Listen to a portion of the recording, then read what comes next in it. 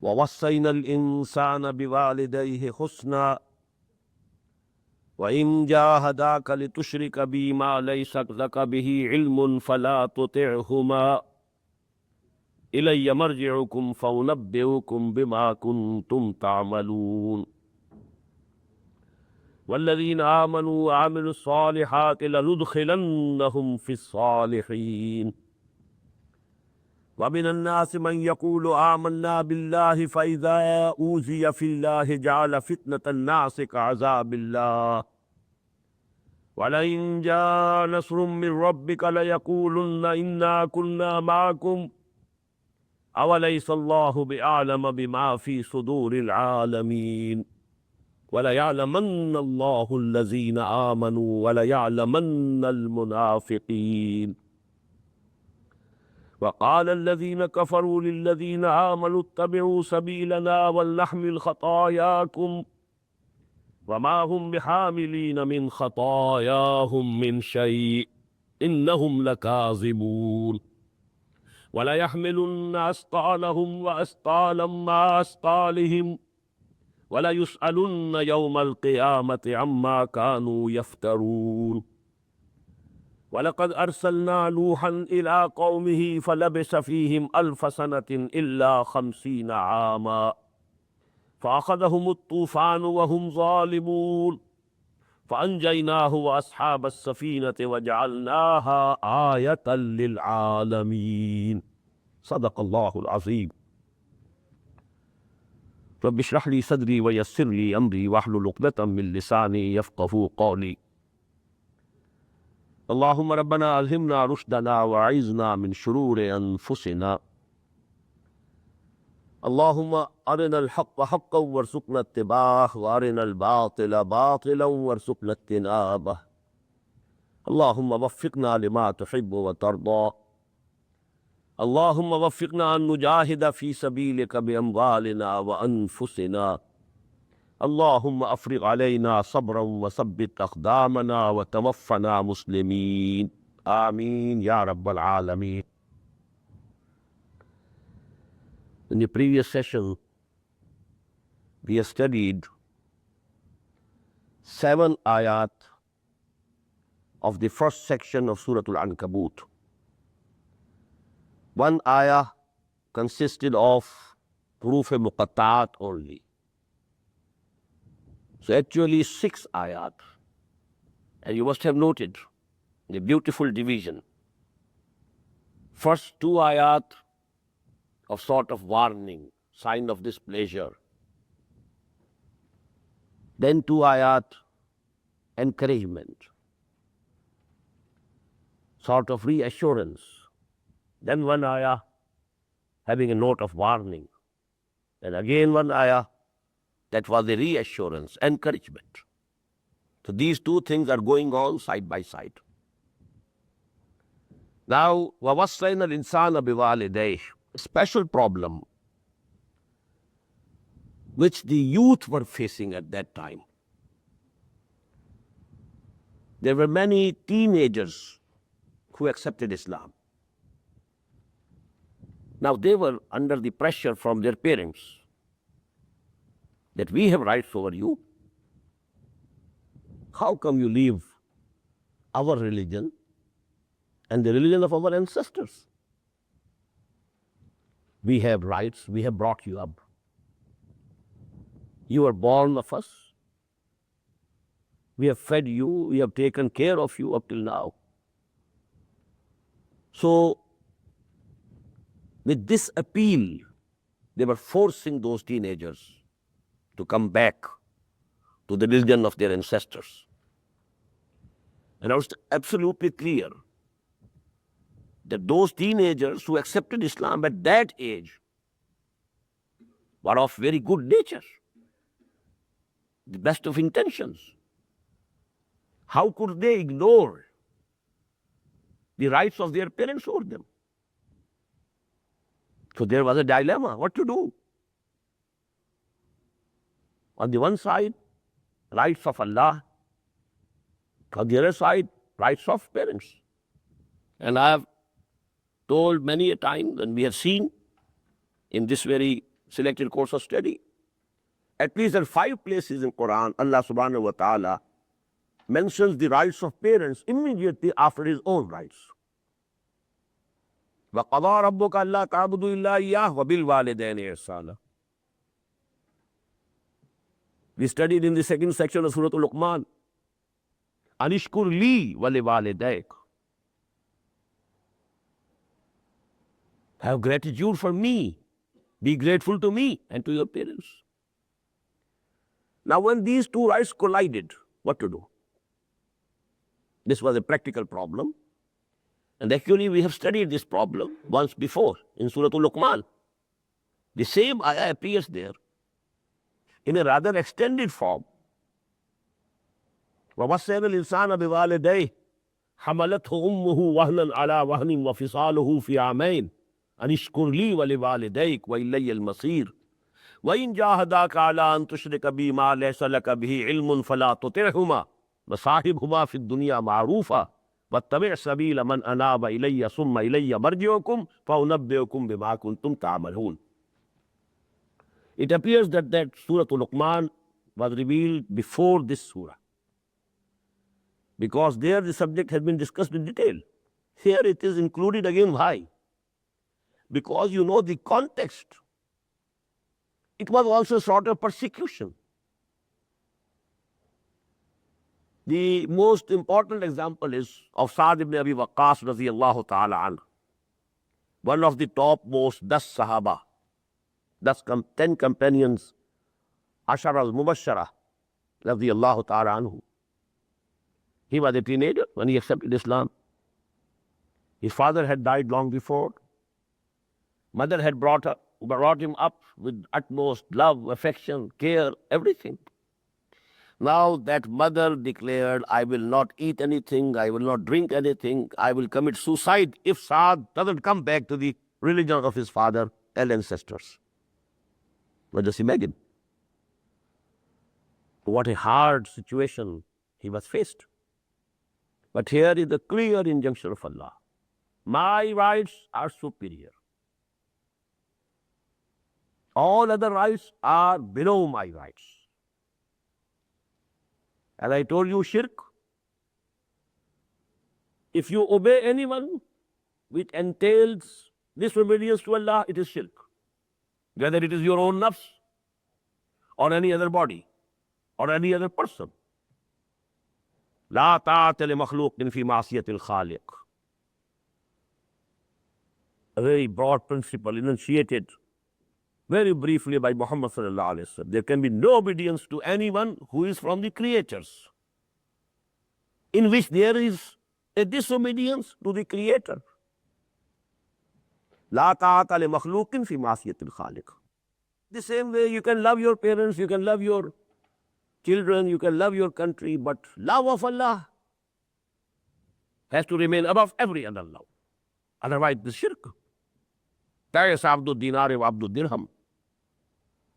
If you love wealth more than Allah, that is, you are earning through haram means, it means you love wealth more than Allah.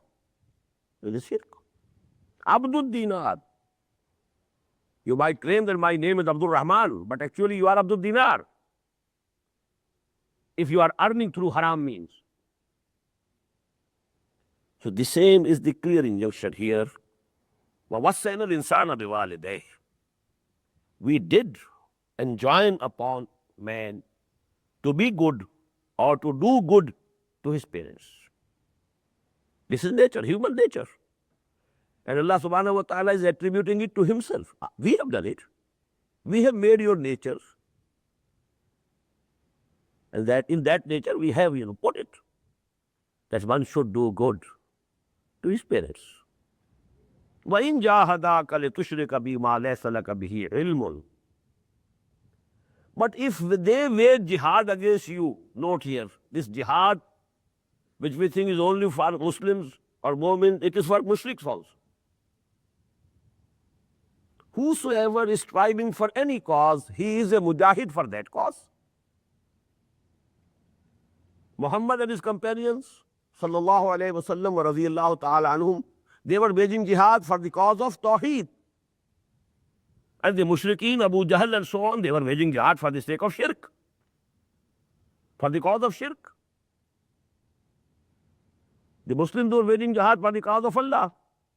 And they were making jihad for the cause of Lat and Uzza and Hubut and Manat. People have been making jihad for the sake of Ishtirakiyah. For all these, any ideology, any cause that you accept and you adopt, then you strive hard for it, for its propagation and for making it supreme, establishing it. It is jihad for that cause. So these mushrik parents, kafir parents, they were also mujahid. وَإِن جَاهَدَاكَ, if both of them strive against you and pressurize you, لِتُشْرِكَ بِي مَا لَيْسَ لَكَ بِهِ عِلْمٌ, that you should associate with me partners or equals about whom you have no knowledge. What does it mean? There can be only two types of knowledge. I discussed it when we were discussing the ayah of Surah Bani Israel, وَلَا تَفُّ مَا لَيْسَ لَكَ بِهِ عِلْمٌ إِنَّ السَّمْعَ وَالْبَصَرَ وَالْفُؤَادَ كُلُّ أُولَٰئِكَ كَانَ عَنْهُ مَسْئُولًا. I gave you, there are two types of knowledge. Either revealed knowledge from Allah or acquired knowledge through your senses, through your reasoning, through your intellect, your observations, the sense data that you gather, and the brain then processes. This is the computer that Allah subhanahu wa ta'ala has placed here. These are two sources of knowledge. And there's no basis for shirk in either of the two. Neither intellect can accept shirk, neither science can accept shirk. Science is proceeding day by day towards total tawheed. About 50, 60, 70 years before, there were two categories: energy separate, matter separate. Matter and energy. Now they are one. Matter has just evaporated. Where is matter? Solid energy. Now there were theories that there are four types of energies. Now they are being reduced day by day to 3, to 2.5.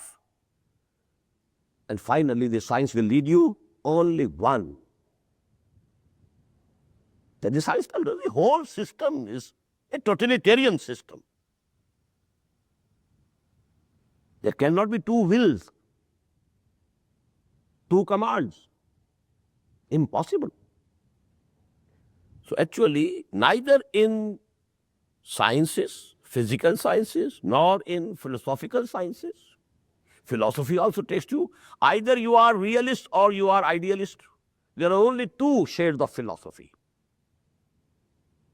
The father of idealism, Plato. The father of realism, Aristotle. There can be no third field of philosophy. For the realist, matter is the beginning and the end. And for the idealist, it is not matter, beyond matter something, but one. Everything has started from something one. So actually philosophy, physical sciences, then the revealed knowledge that Allah subhanahu wa ta'ala has given them. No book can be presented on the surface of the earth, neither with the Hindus, nor with those mushriks of Makkah, nor with anyone who can say that in the scripture which we think was revealed, someone has been declared to be a partner or associate with Allah. None. So this is actually what is meant by لِتُشْرِكَ بِي مَا لَيْسَ لَكَ بِهِ عِلْمٌ. There's no knowledge whatsoever. No knowledge can accept it. فَلَا تُطِعْهُمَا, clear injection. Don't obey them. إِلَيَّ مَرْجِعُكُمْ, towards me is the return of all of you.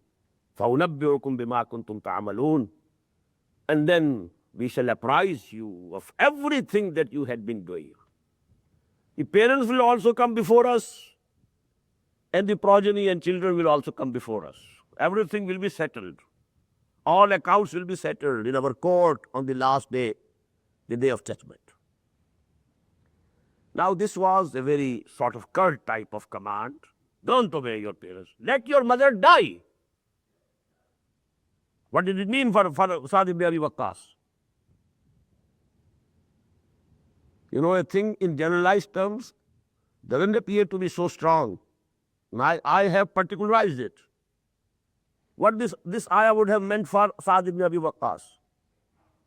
Let your mother die. If she dies in this cause, let her die. You cannot obey her command. He might have been loving you. He might have been taking care of you. He might have the maximum affection for you. And you have all the respect for her. But here, فَلَا تُطِعْهُمَا, let her die. This is curt type of command. But now comes the encouraging type. Don't think, oh Waqqas, Sa'd ibn Abi Waqqas, that this Islam and Iman has separated you from your family. It has joined you also. With whom? With Muhammad. Allah has given you a better company. Now you are in the company of Abu Bakr. Now you are in the company of Abdul Rahman ibn Auf, Osman. A new fraternity, a new brotherhood, an absolutely new relationship, ideological relationship based on ideas, causes. وَالَّذِينَ آمَنُوا وَعَمِلُوا الصَّالِحَاتِ لَنُدْخِلَنَّهُمْ فِي الصَّالِحِينَ. And for those who have come to believe and they are fulfilling the practical demands of Iman, Amilu Salihat, I mentioned before, described before what does it mean. At that time, when these ayat were revealed, لَنُدْخِلَنَّهُمْ, we shall surely bless them with the company of the righteous, our righteous bondsmen. Here, please remember that ayah number 69 of Surah An-Nisa. وَمَنْ يُطِعِ اللَّهَ وَالرَّسُولَ فَأُولَٰئِكَ مَعَ الَّذِينَ أَنْعَمَ اللَّهُ عَلَيْهِمْ مِنَ النَّبِيِّينَ وَالصِّدِّيقِينَ وَالشُّهَدَاءِ وَالصَّالِحِينَ وَحَسُنَ أُولَٰئِكَ رَفِيقًا. Rejoice, be merry. Now you are related to Muhammad sallallahu alaihi wasallam. Now you are related to Abu Bakr, Siddiqeen. Now you are related to Shuhada, Hamza and Umar. Now you are related to Ali. So don't think that Allah subhanahu wa ta'ala has deprived you of anything. He has given you with better thing in exchange. And here also, and then in the hereafter, you will be in the company of the prophets and the Siddiqeen and the Shuhada and Salihin. Now comes the most important part of this section of this surah. The two ayat now, they are the central theme. وَمِنَ النَّاسِ مَنْ يَقُولُ آمَنَّا بِاللَّهِ.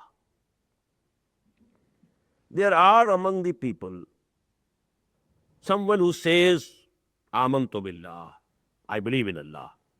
I testify, أَشْهَدُ أَنْ لَا إِلَهَ إِلَّا اللَّهِ.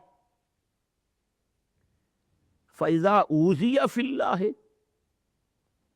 But when he is persecuted for the cause of this Tawheed, he is made to suffer. جَعَلَ فِتْنَةَ النَّاسِ كَعَذَابِ اللَّهِ. He fears or abhors the persecution from people as they should fear or abhor the punishment from Allah. جَعَلَ فِتْنَةَ النَّاسِ كَعَذَابِ اللَّهِ. So much alarmed, perturbed. Is persecution coming from men, not the divine punishment. If you go back, you will have the most severe divine punishment. Because then it will be nifaq, munafiqat in the eyes of Allah. And the fate of the munafiqeen is, إِنَّ الْمُنَافِقِينَ فِي الدَّرْكِ الْأَسْفَلِ مِنَ النَّارِ. The munafiqeen will be in the lowest portion of Jahannam, lowest part of fire. Now it is for you to decide which way to go. You said, I believe in Allah. Now there is persecution. You are asked to make some sacrifices. You are made to suffer. If you turn back, this is the warning. This is the threat. It will be nifaq. You will be counted as munafiq. This is the only place in the whole Makki Quran where lafz nifaq, word of nifaq has appeared. There can be no doubt that this surah was revealed in the 5th year after the beginning of Wahi. And here this word is coming. وَلَئِنْ جَاءَ نَصْرٌ مِّن رَبِّكَ لَيَقُولُنَّ إِنَّا كُنَّا مَعَكُمْ. And if help comes from Allah subhanahu wa ta'ala, they will come and say, we were also with you. They will claim their part from the bounties or the booties or the gains of the victory. But today, they don't want to face the hardships. They are shirking this persecution. أَوَلَيْسَ اللَّهُ بِعَالَمَ بِمَا فِي صُدُورِ الْعَالَمِينَ. What do they think? Do they think Allah doesn't know what is there in the hearts of the people? وَلَيَعْلَمَنَّ اللَّهُ الَّذِينَ آمَنُوا وَلَيَعْلَمَنَّ الْمُنَافِقِينَ. And Allah will surely, definitely, without any doubt. Again, you note, لَا يَعْلَمَنَّ لَيَقُولُنَّ. The same, this verb, the form of verb, repeated. I don't think in any other part of the Quran, in 13 ayat, as we are reading, this mode, this verb might have been repeated as it has been repeated here. And this is actually, in the first lesson we had, وَلَنَبْلُوَنَّكُمْ بِشَيْءٍ مِّنَ الْخَوْفِ وَالْجُوعِ وَنَقْصٍ مِّنَ الْأَمْوَالِ وَالْأَنفُسِ وَالثَّمَرَاتِ. That same. Here, فَلَيَعْلَمَنَّ اللَّهُ الَّذِينَ صَدَقُوا وَلَيَعْلَمَنَّ الْكَاذِبِينَ. It was ayah number 3. Here now Allah subhanahu wa ta'ala has raised the curtain. There He just covered Sadiq and Kazib, the true one and the liars. Here the curtain has been raised. The Sadiq is the Mu'min and the liar is the Munafiq. وَلَيَعْلَمَنَّ اللَّهُ الَّذِينَ آمَنُوا وَلَيَعْلَمَنَّ الْمُنَافِقِينَ. And Allah will make it manifest, clear. Allah will see and Allah will show to all people who amongst you are real Mu'mins. They really believe. They believe from the depths of their hearts. And who are only Munafiqeen. Very stern warning. Very stern warning. إِنَّ الَّذِينَ قَالُوا رَبُّنَا اللَّهُ ثُمَّ اسْتَقَامُوا. Then promises, تَتَنَزَّلُ عَلَيْهِمُ الْمَلَائِكَةُ أَلَّا تَخَافُوا وَلَا تَحْزَنُوا وَأَبْشِرُوا بِالْجَنَّةِ. And if one says, I believe in Allah, and then can't take the persecution, can't face the hardships, can't make the sacrifices, he must understand which way he is going. This is the way towards nifaq and munafiqah. And this munafiqah, the punishment of this munafiqah and nifaq is, إِنَّ الْمُنَافِقِينَ فِي الدَّرْكِ الْأَسْفَلِ مِنَ النَّارِ. There is a very similar ayah in Surah Al-Hajj also, in the second section, it's ayah 11. Very beautiful, but the word nifaq has not appeared there. وَمِنَ النَّاسِ مَنْ يَعْبُدُ اللَّهَ عَلَى حَرْفٍ فَإِنْ أَصَابَهُ خَيْرٌ اطْمَأَنَّ بِهِ وَإِنْ أَصَابَتْهُ فِتْنَةٌ انقلب عَلَى وَجْهِهِ خَسِرَ الدُّنْيَا وَالْآخِرَةَ ذَلِكَ هُوَ الْخُسْرَانُ الْمُبِينُ. There are some people who want to obey Allah and worship Allah, but remaining at the sides only. They don't want to plunge into the main current, lest they should drown near the coast. They are not ready to go to deep waters. وَمِنَ النَّاسِ مَنْ يَعْبُدُ اللَّهَ عَلَى حَرْفٍ فَإِذَا أَصَابَهُ خَيْرٌ. If khair is coming to him, it's all okay. no demand, no persecution. Itmanna bihi. He remains mutmain. He remains satisfied. He's claiming Iman and Islam. He's making tall claims of love of Allah, love of Muhammad, love of Deen. وَإِنْ أَصَابَتْهُ فِتْنَةٌ انْقَلَبَ عَلَى وَجْهِهِ. And whenever there is some fitna, some testing, some tribulation, then he falls down on his head, on his face. خَسِرَ الدُّنْيَا وَالْآخِرَةِ. He has lost this dunya as well as the akhirah. All his good deeds gone in vain. حَبِطَتْ أَعْمَالُهُ. Howsoever big be a sum may be, if it is multiplied zero, it becomes zero. This nifaq makes zero all the prayers that you have been saying, all the psalms that you have kept, all the hajj that you have performed, all the umrahs that you have performed, all multiplied by zero. If you take to this path, can there be a bigger threat than this?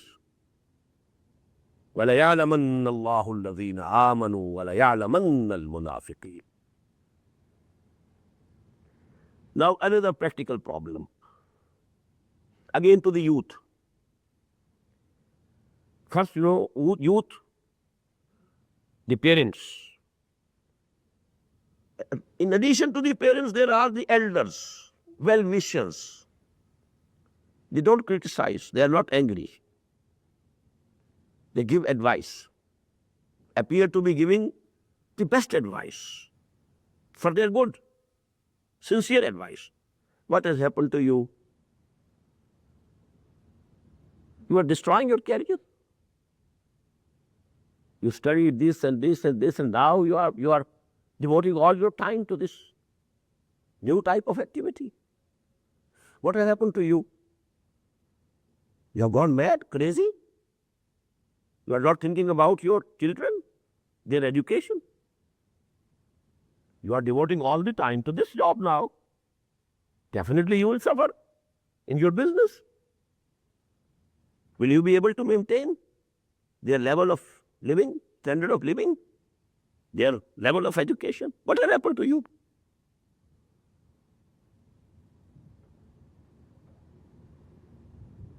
And these things are not as criticism. Elders, they have the right to advise. Do something, okay, but not to that extent. Must keep in mind your own future. Any bad time can come at any time. You must save something with you. You are spending everything. I told you Abu Quhafa what he said. Raziyallahu ta'ala anhu, he also has embraced Islam to Abu Bakr. What has happened to you, Abu Bakr? You have finished all your wealth and capital. If you know, it's reminding. If you don't know, please know. Twice it happened in the life of Abu Bakr. He became zero financially. His capital, working capital, when he embraced Islam was 40,000. But when he was going to Hijrah with the Prophet ﷺ, all that he had taken with him. He didn't leave any penny for the whole family which was there in Mecca. Father was blind when he came. The granddaughters of Abu Quhafa, are daughters of Abu Bakr, Hazrat Asma, Hazrat Aisha, radiyallahu ta'ala anhuma. The blind father came, grandfather.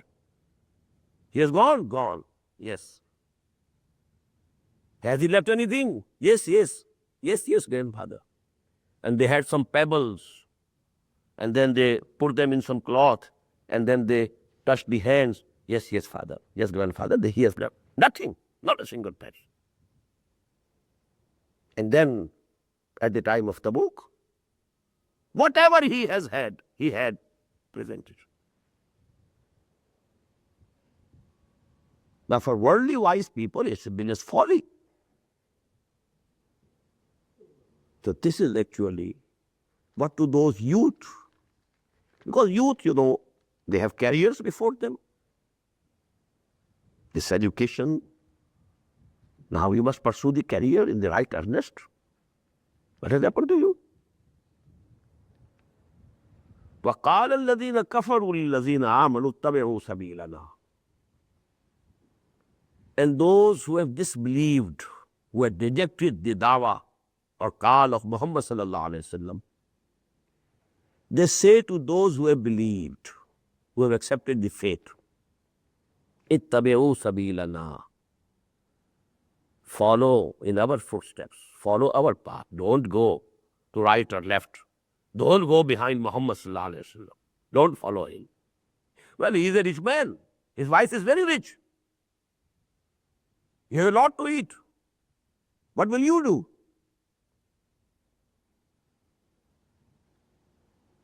Come to your senses. Ittabi'u sabilana. You follow our path. Wal nahmil khatayakum. And if you think that this is a sin, you will be brought to the book on the day of judgment, well, we shall shoulder the responsibility. Your sins, we shall carry on our shoulders. We absolve you. Go ahead. We take upon ourselves. We shall answer on your behalf. We shall face the grand accountability of the day of judgment on your behalf. Don't fear. Now, can there be any sincerity more than this? We are ready to take the burden because you are accepting our advice. We shall shoulder the responsibility. Now, just imagine for a moment, can these ayat be understood? If you don't know the background, what was going on in Makkah? What were the issues? What were the questions faced by the youth? The struggle between khair and shar, the good and evil, the tawheed and shirk. There was no war, there was no fighting. But the hardest tests, they were being put to. And they have real problems. And Quran is dealing with their real problems. وَقَالَ الَّذِينَ كَفَرُوا لِلَّذِينَ آمَنُوا اتَّبِعُوا سَبِيلَنَا وَلْنَحْمِلْ خَطَايَاكُمْ وَمَا هُمْ بِحَامِلِينَ مِنْ خَطَايَاهُمْ مِنْ شَيْءٍ. And beware, they are not going to take the burden of anybody else. Not to the least, min shay. وَمَا هُمْ بِحَامِلِينَ مِنْ خَطَايَاهُمْ مِنْ شَيْءٍ. Beware. If you take to their advice, it doesn't mean that they will be able to answer on your behalf. They will be able to absolve you of your responsibilities on the day of judgment. No. وَمَا هُمْ بِحَامِلِينَ مِنْ خَطَايَاهُمْ مِنْ شَيْءٍ إِنَّهُمْ لَكَاذِبُونَ. They are liars. They are telling a lie. Because they really don't believe in the day of judgment. They really don't believe in the resurrection. So there's a very false argument. It's as though they want to befool you. They are cheating you, they are deceiving you. وَمَا هُمْ بِحَامِلِينَ مِنْ خَطَايَاهُمْ مِنْ شَيْءٍ إِنَّهُمْ لَكَاذِبُونَ وَلَا يَحْمِلُنَّ أَثْقَالَهُمْ وَأَثْقَالًا مَعَ أَثْقَالِهِمْ.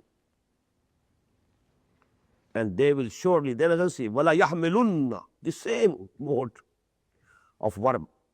And they will surely, definitely, without any doubt, they will be carrying their own loads and more loads added to their own loads. Why? Because they are deceiving you. They are adding to their loads. They want to take you astray. They have added to their loads, to their sins, their responsibilities, but never think that you will be at fault of the responsibility that you will have to face if you take to their advice and if you accept their advice and you go their way. I recall a couplet from Faiz. چھوڑا نہیں غیروں نے کوئی ناوی کے دشنام اور چھوٹی نہیں اپنوں سے کوئی طرز ملامت. Very beautiful way. For any person who has some ideal in life, a goal in life. He has accepted some ideology, face value, consciously, sincerely. He wants to pursue it. Whether that ideology was Marxism, even a Marxist has to go through all hardships. To bring about a revolution is not an easy job. They had to face the firing squads. They had to kiss the gallows. Whole villages ruined like anything by the armies of Tsar. What were the Iranians? What the treatment they were getting at the hands of the wolves? Or perhaps Khag, that's the name of their secret service. Savak. Khag is perhaps Israeli. Afghan. Anyhow, every revolution needs these sacrifices, whether it is Islamic or non-Islamic.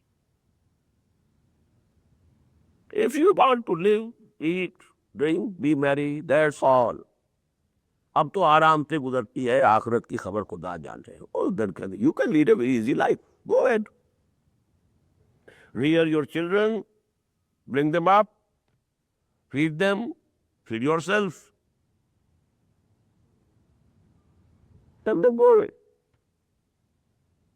Quran says, أُولَٰئِكَ كَالْأَنْعَامِ بَلْ هُمْ أَضَلُّ. They are living for the sake of living. And I used to say, they are not passing their lives. Life is passing them. They are not leading the life. That is why, in Surah Al-Mulk, there is a very beautiful parable, simile.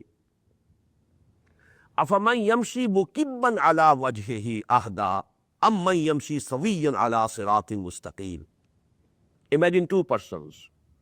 One is dragging himself face downwards, dragging on his stomach, on his abdomen.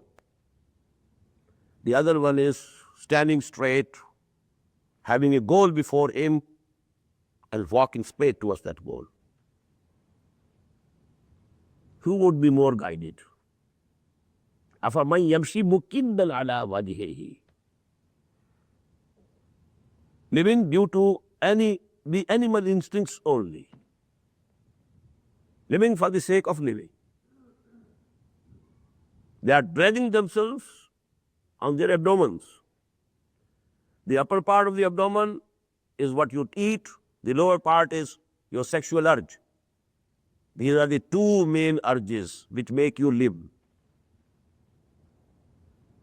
Nothing else. You are dragging yourself on your abdomens. If you have a goal in life, an ideal, the highest ideal, love of Allah. يَسْنَابَكَ مَنْ دَابَرَ هِمَّةِ مَرْدَانَ. We studied it in the last section of Surah Al-Hajj. ضَعُفَ الطَّالِبُ وَالْمَطْلُوبُ. If the matloob is supreme, your talib will also become, it will go and rise high. If the matloob is very low, the talib will also be very low. The higher the ideal, the higher the personality of that person who is pursuing that ideal. The lower the ideal, the lower the personality. ضَعُفَ الطَّالِبُ وَالْمَطْلُوبُ. So it is here. وَقَالَ الَّذِينَ كَفَرُوا لِلَّذِينَ آمَنُوا اتَّبِعُوا سَبِيلَنَا وَلْنَحْمِلْ خَطَايَاكُمْ وَمَا هُمْ بِحَامِلِينَ مِنْ خَطَايَاهُمْ مِنْ شَيْءٍ إِنَّهُمْ لَكَاذِبُونَ وَلَا يَحْمِلُنَّ أَثْقَالَهُمْ وَأَثْقَالًا مَعَ أَثْقَالِهِمْ وَلَا يُسْأَلُنَّ يَوْمَ الْقِيَامَةِ عَمَّا كَانُوا يَفْتَرُونَ. And they will certainly be asked on the day of judgment about the false concoctions which they were making. But we shall shoulder your burden. We shall take the responsibility. We shall answer on your behalf. These were all concoctions. Invented falsehood. And due to this invention of falsehood, concoction of false ideas, that they are adding to their own burdens, their own misdeeds, their own sins, and added to it is their attempt to let these youth also towards the wrong path. So they are adding to their burden, but you will not be saved of your burden. Actually, these 13 ayat, as I told you, on this subject, are the most important, most compact part of the Quran. Now, I have added 2 ayat only to it, 14 and 15. I want to give you an idea. This Surah Al-Mubarakah consists of 7 sections. First one is this, which has ended with Amma Kanu Yaftarun. After this, 3 sections are devoted to the history of messengers of Allah subhanahu wa ta'ala, to show to the Muslims what happened to Nuh and his men, what happened to Ibrahim and Lut, and so on. History of the messengers of Allah, which you know constitutes a very considerable chunk of the Makki surahs. Surah Al-Araf, Surah Al-Shu'ara, Surah Yunus, Surah Hud, going on, repeated. Surah Al-Mu'minun, even the smaller Makki surahs. So here I have included only one, and that is the first Rasul of Allah, first messenger of Allah, that is Hazrat Nuh alayhi salatu wassalam. Please note it. Hazrat Adam was Nabi but not Rasul. Rasul is a person who is sent to someone. Rasul, first Rasul is Hazrat Nuh alayhi salatu wassalam. First Nabi is Adam. According to the Quran, only one Nabi has been mentioned between Hazrat Adam and Hazrat Nuh, and he is Hazrat Idris alayhi salatu wassalam. But in the Torah, his name is Hanuk.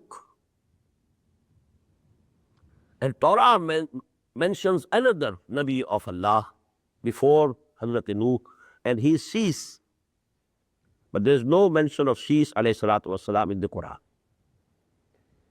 But these things we can take from Torah. This history of the messengers and prophets of Allah subhanahu wa ta'ala, we can take it. And he is called Hazrat Nuh alayhi salam Adamus Sani, because till that time, the progeny of Adam was limited to one region of the world. It has not grown and gone far and wide. And when that nation was destroyed, after him, the whole human population of today, that is the progeny of 3 sons of Hazrat Nuh alayhi salatu wasalam. The 4th one remained kafir. He drowned with the kuffar before the eyes of Hazrat Nuh alayhi salatu wasalam. Ya bunayya irkab ma'ana. He said at the last point also, oh my dear son, come, ride this ark. He said, no, Sa'abi ilal jabalin yashimunu min al-ma. I'll just go to this mountain. It will save me from this water. قال لا عاصم اليوم من ربي إلا من رحم وحال بينهما الموت وكان من المغرقين. That was the 4th son. 3, Ham, Sam, and Yafis. And Quran says at one place, وَجَعَلْنَاهُمُ الْبَاقِينَ جَعَلْنَاهُمُ الْبَاقِينَ. Only the progeny of these 3 sons of Hazrat Nuh alayhi salam, they are the fathers of the whole human population of the earth. وَلَقَدْ أَرْسَلْنَا نُوحًا إِلَىٰ قَوْمِهِ. And we had sent Nuh to his nation. Ila Qawmi is very important. I mentioned it before also, that before Muhammad sallallahu alayhi wasallam, every Rasul, every messenger of Allah was sent to his nation only. To some region, definite region. To Sodom and Amorah, 2 cities, twin cities, Hazrat Lut was sent. To Pharaoh and his people, Hazrat Musa was sent. To sons of Bani Israel, progeny of Israel, Hazrat Isa was sent. Ila Adin akhahum Huda, ila Samuda akhahum Saliha, ila Madyana akhahum Shu'aiba. And every Rasul addressed, Ya Qawmi, Ya Qawmi, Ya Qawmi, oh my people, oh my nation. Save one, and that is Muhammad sallallahu alaihi wasallam. Ya ayyuhan nas, inni Rasulullah ilaykum jami'a. Just yesterday we read these ayat. وَمَا أَرْسَلْنَاكَ إِلَّا كَافَّةً لِلنَّاسِ بَشِيرًا وَنَذِيرًا. We have not sent you, O Muhammad sallallahu alaihi wasallam, but for the whole of humanity, all mankind. وَلَقَدْ أَرْسَلْنَا نُوحًا إِلَىٰ قَوْمِهِ فَلَبِثَ فِيهِمْ أَلْفَ سَنَةٍ إِلَّا 50 عَامًا. He remained with them for 1,000 years, except 50, 950 years. فَأَخَذَهُمُ الطُّوفَانُ. Now this fa actually, it is usually for taqib, for something which happens afterwards. So by that, the Mufassirin have inferred that 950 years were the period of his dawah, his call, before the flood, before the deluge, before that punishment, before that azab. But Torah gives a different story. After 650 years of his dawah, this deluge or flood came, and after that he remained for 300 years more in this world with his progeny, which was spreading now. Now I cannot decide between the two, because fa is not always for taqib. Fa sometimes is only equal to wa, which is atak. But sometimes it is for taqib, sequence, timely sequence. Summa is definitely for taqib. When summa comes, it is definitely after, it's a timely sequence. But fa has both the aspects, either simple ataf or it is for taqib also. So if it is for taqib, then you 950 years are before the deluge or the flood. If it is not, it is only wa, then actually maybe that what Torah says is correct. We can't decide. فَأَخَذَهُمُ الطُّوفَانُ وَهُمْ ظَالِمُونَ. They were taken over by the deluge, the flood, and they were the evil doers. They were the unjust ones. فَأَنْجَيْنَاهُ وَأَصْحَابَ السَّفِينَةِ. Tawil fa. Fa is for taqib here. After the flood, we saved him and the people who were there with him in the ark. And it seems that only the 3 sons and their wives, a few people more, maybe they were the servants, the lower strata of the society, because in those days, tribal systems, so it might have happened that their progeny didn't, continue. But it seems definite from some places of the Quran that after Nuh, all human beings are the progeny of the 3 sons of Hazrat Nuh alayhi salatu wasalam. Wallahu alam. فَأَنْجَيْنَاهُ وَأَصْحَابَ السَّفِينَةِ. We saved him and those who were there in the ark. وَجَعَلْنَاهَا آيَةً لِلْعَالَمِينَ. And we made it a sign, a symbol for all of the worlds, for all the nations of the world. Now what this ha means here, what's the marja of this pronoun or zamir? There are 2 opinions. جَعَلْنَاهَا سَفِينَةً. That ark of Noah, and I believe in it, will come in the light someday. And it will prove what Quran said was correct. It will be one of those things about which Allah subhanahu wa ta'ala has said, as we find in Surah Hamim As-Sajdah, سَنُرِيهِمْ آيَاتِنَا فِي الْآفَاقِ وَفِي أَنفُسِهِمْ حَتَّى يَتَبَيَّنَ لَهُمْ أَنَّهُ الْحَقُّ. We shall go on showing to them our signs and symbols in the afaq, in this universe, as well as in their own selves, within their own bodies, which will prove to them that Quran is haq. As you know, the science is progressing towards that. But Quran has been saying everything is coming to be true. Whatever has not been proved, it will be proved, inshallah. And I feel it is for Safina. But some people interpret it, Ha is for me waqia, total happening.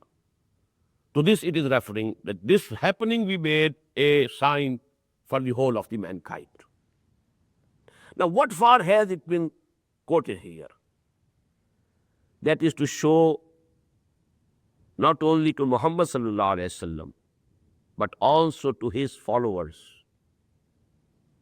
the believers at Mecca.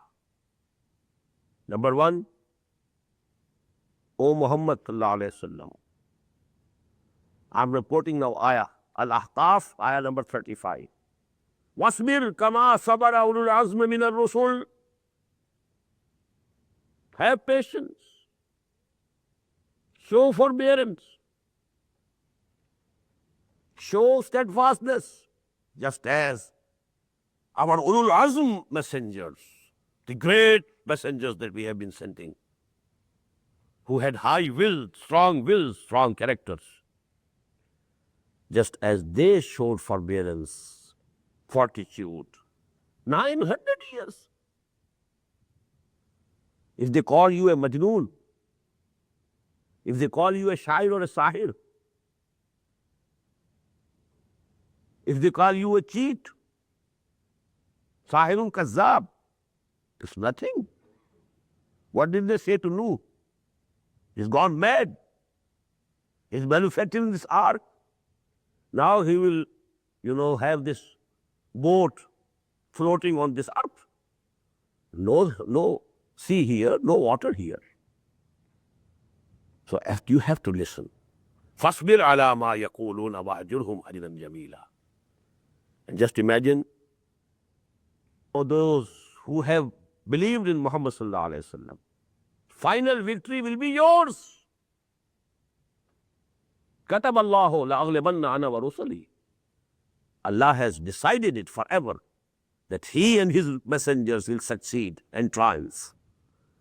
This is a period of tribulations, trials, testings. You have to face them. You have to go through them. There is a wisdom behind them that we shall discuss, inshallah, if it becomes possible in another lesson.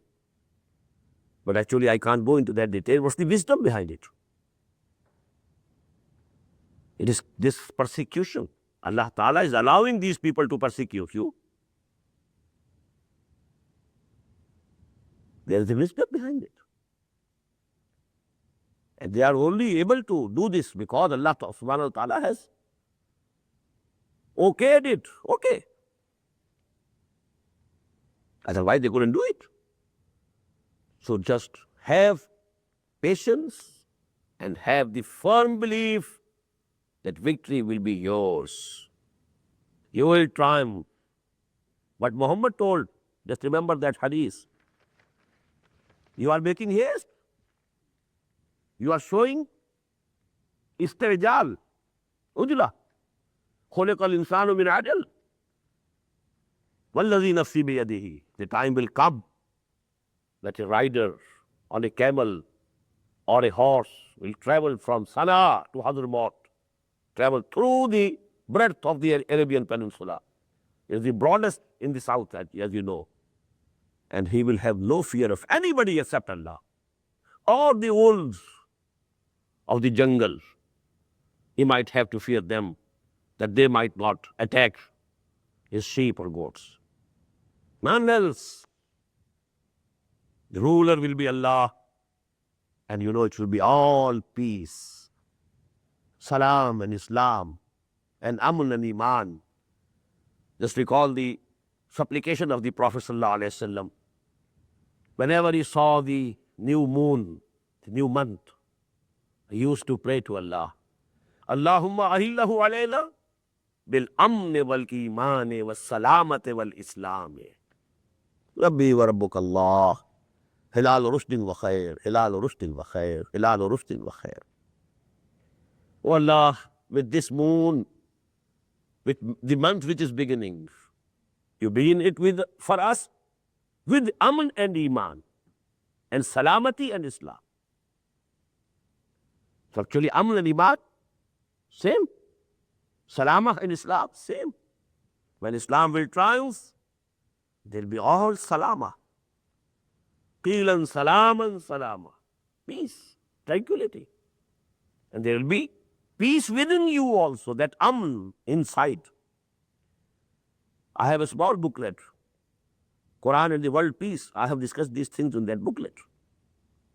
It's very noteworthy that both the basic terms of Islam or our deen, they are derived from Aman and peace. From Aman, Iman, from Salama, Islam. They are the basic terminology, Islam. Now I want to just give you one thing more. A very renowned scholar of India, he had just now died a few months back, Shams Naveed Usmani, rahimahullah. He took very long time studying the scriptures of the Hindus. And there had been a French author. He has taken 40 years, spent 40 years of his life in studying the Hindu scriptures. And he has come to the conclusion that Nuh alayhi salatu wassalam is the person whom they call Manu. It was changed from Nuh to Mahanu. Maha means the great. Mahanu. And then became Manu. So Manu and Manu Samirti, the book of Manu. So he had proved it nearly. I at least agree with him. Because Quran says, وَإِن مِّن قَرْيَةٍ إِلَّا خَلَا فِيهَا نَذِيرٌ. There had been no city, no town where we have not sent any Nazir, any warner. وَلِكُلِّ قَوْمٍ هَادٍ. For every nation we sent guidance and the people who guided them. How come these countries can be without any messenger of Allah? And because they are also the progeny of Hazrat Nuh alayhi salatu wassalam. So there is this tradition that some of them reached there in a boat and then they started this. They believe, that actually the whole extension of human population started from there. Ayodhya, they say Ayodhya means a city where there can be no war, haram. Yudh they call war. Ayudh, there can be no war, peace, amal. So these are very revealing things in that book. The name doesn't sound very well. Abhi na jage to, that is the title of the book. It is published in India in Rampur. He lived in Rampur, died there. And when I consulted, our experts, our scholars who have studied these nations and the progeny of the three sons of Nuh, they also say the Ham, the third son, Sam, Ham and Yafis. Sam is the grandfather of Semitic nations. Ham is the father of As-Sindhu wal-Hindu wal-Qibtu wal-Sudan. This Egypt, Sudan and Sindh and Hind. And historically, the link was Yemen in between these two. And this is the region where the progeny of Ham settled and lived and prospered. Maybe Allah subhanahu wa ta'ala gives, this nation, this progeny of Ham, guidance for the future. And because on Sunday I'm going to speak on this subject, Islam and the Indian subcontinent. So I mentioned this also regarding Hazrat Nuh alayhi salatu wassalam. أقول قولي هذا واستغفر الله لي ولكم ولسائر المسلمين والمسلمات.